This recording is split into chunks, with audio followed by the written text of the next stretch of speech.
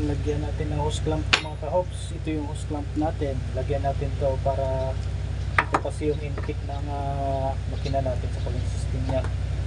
Isip-sip po ito ng seawater mga ka-hops. Kaya ito lagyan natin ng hose clamp seal. Ito yung diskarte ng kaibigan yung madiskarting mekaniko o all around mechanic. Talagang nakalutang tayo kasi nasa boat tayo. Malapit na, abangan nyo na lang pag na sit up na ng maayos to. Panda rin natin itong mga kaups ha.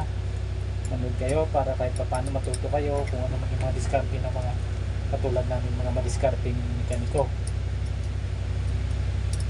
Ito dalawang to, hose clamp yung ilalagay natin mga kaups.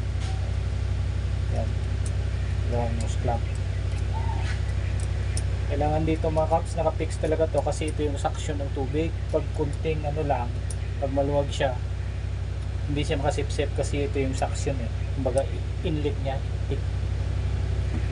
Ito dito yung niya, impeller niya mga kaups. Dito sa loob, impeller, isisip-sip ng tubig papunta dito. Siya yung magpapalamig sa engine natin. Siya yung tinatawag na cooling system natin. Ayan, ito isa medyo magtik na.